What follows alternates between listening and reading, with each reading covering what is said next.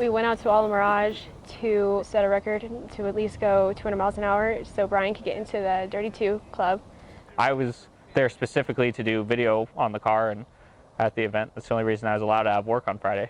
I remember that was the first morning I ever put my dad in the car. A little interesting, a little different. It's always a little humbling, isn't it? But nerve-wracking at the same time. It's an interesting feeling being responsible for that, but it's nice to know that I did it. I've been around race cars all my life. I never really think anything bad's going to happen, but right, nothing bad ever happens to us, you know. Just goes, like any other day. Never think about it. Like my dad says, if you think about crashing, you might as well just be a spectator. I remember getting final instructions from my crew chief and from the starter, them checking the belts, and I remember taking off in first gear, and this particular time the car sounded perfect. And beyond third gear, I really don't have much memory of the whole thing. I was just thinking, wow, what a great start, and we're going off chasing after him. There's just a big dust cloud. We can't see the car at all. Yeah, for me, because I've been, chasing for almost 3 years now, I pay attention to the dust pattern. You know, when a car is doing well, running fine, going down the course like it should be, the trail gets longer, and then as it gets longer, the back part starts to get wider. But as Brian started to go down the course, the dirt patterns were doing what they were supposed to do. But suddenly, the dirt patterns weren't getting longer. Instead, they just got bigger. Instead of wider, just huge. And I knew something was wrong. Oh my God. Oh my God. Oh my God. Oh my God. I think the next thing after that I remember is hearing over the radio the crash. And they called the crash, and I automatically assumed Brian just spun out. Yeah, we all pretty much assumed, and we're trying to reassure ourselves it was just a spin, that the car's too stable. We don't crash. We know that. We know right. The car's stable.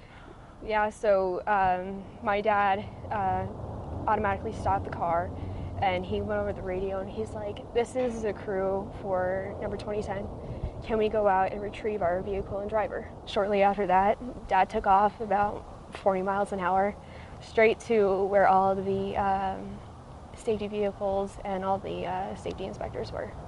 I remember the first time we pulled up it was just a big dust cloud. And oh man, you couldn't see anything. I looked out the passenger side window of the van, and all I see is just a motor and transmission sitting there. It didn't look like a car when they finally did move and got my dad rolled over. It was just, there was no front end, there was no car there. I kind of wandered up towards the crash, trying to see what I could see, not really get in the way of anything. And at that point, I was probably 10 feet away from the windshield or so, or what was left of the front of the car. I could see my dad blinking through the helmet and moving his arms, and looked like he was in quite a bit of pain, but at the same time okay. Everything was still intact in the driver's compartment. It made me feel like he was still safe and going to be okay, because nothing had moved, nothing had budged. No, even the fuses that are like lined up in the passenger side are still intact. They went ahead and cut the cage and the roof off the car so they could take me out. Apparently I was conscious. You can actually see me moving in the video while I'm upside down. When they got there, I was apparently talking up a storm, telling the people I could get out if they wanted me to, and they told me just to hang tight, that they were going to get me out. Once they got me out, they stuck me on a stretcher, and probably about 15 minutes after the wreck, a helicopter arrived to get me out of there. I came up and told them that I was your son, and said that I was the only family you had here, and the paramedic goes, and you go, who's the only family I have here? I looked down, I'm like, Dad, it's me, Carter. Held your hand, and at that point you still had your helmet on, the Hans and everything, the driver's suit on. And Miriam came up and was talking to me and gave me a hug and keeping me calm, and we were both standing there holding your hand, and I was holding hands with Miriam. I was just pleading with the ambulance crews to let me go with on the helicopter. I had to go. It would have been ridiculous if they didn't let you go. Yeah. They weren't sure. They're like, we have to wait for the helicopter to come. They'll know. You're the only one who could tell them who he is. You can't really, say who. Oh, he rattled off his entire social security number at the hospital half an hour after we landed. It was pretty impressive. When we took off, I could just see the debris field for hundreds of feet, and just total yard sale. It was everywhere. The dirt was churned up. Basically, my next memory is being in the hospital. And I remember the doctor telling me, and he was jabbing me in the rib cage right here, saying, you have a collapsed lung, we're gonna have to put a tube in right here. I said, okay.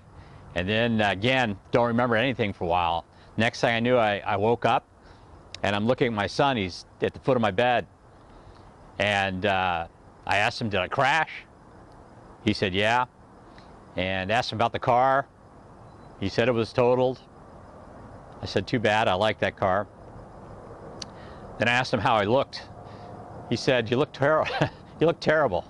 So I asked him to take a picture, and which he did.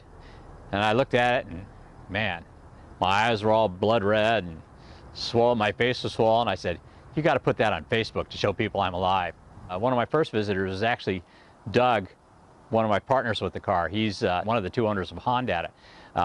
He actually brought video footage of the crash. And I remember watching it with kind of a sense of detachment. You know, I knew it was my car. I knew it was me, but not having any memory of it, it just kind of didn't really register that that was me tumbling in the car. The crash was really violent. As you can see in the video, I spun like 15.5 times. At one point, I was spinning about 3 revolutions every second. That's 180 RPM. Based on the distance I was away from the center of gravity on the car, that puts about 14 to 19 Gs on my head and upper body. That type of force can cause internal injuries, can cause tearing, and it's probably what caused the shear injury to my lung. As you're looking at the car and watching it tumble, you can watch the doors open, the hatch open, they get sheared off. You know, the skins of the door and the hood, the front bumper, the rear bumper are getting sheared off. At one point, the engine breaks off. It actually breaks both frame rails. And the engine breaks off, and you can see the engine cartwheeling through the air about 30 feet up in the air and flying for about 120 feet. It was just absolutely nuts watching that thing go sailing through the air. The only time I really feel anything about the whole crash is when I look at the car. I mean, I spent hundreds of hours on that car. Me, some of the guys in my shop, Craig Corbin, one of my main crew members. We spent a lot of time working on that thing. It was a great car. You know, I don't really have any memory of the accident. I mean, people ask me what went wrong, but since I don't remember everything, I just kind of have to guess. Looking at the video and seeing what happened during the accident, I'd have to say most likely it was a combination of things. Number one is the track was a little rough that day. The other thing I noticed was the car was kind of a little bit high. So once it probably hit a rut and started going, I noticed that the car kind of dived over and kind of dug in. You could see the suspension collapsing on one side. The other big problem was the aerodynamics. The car really had a stock body, more or less. The only thing I really did to get it legal for that class was some work on the front end and a little bit underneath the car. Because of that, you can see how the air coming off the back of the hatch just comes down for several feet after, so there's a lot of lift on the back end.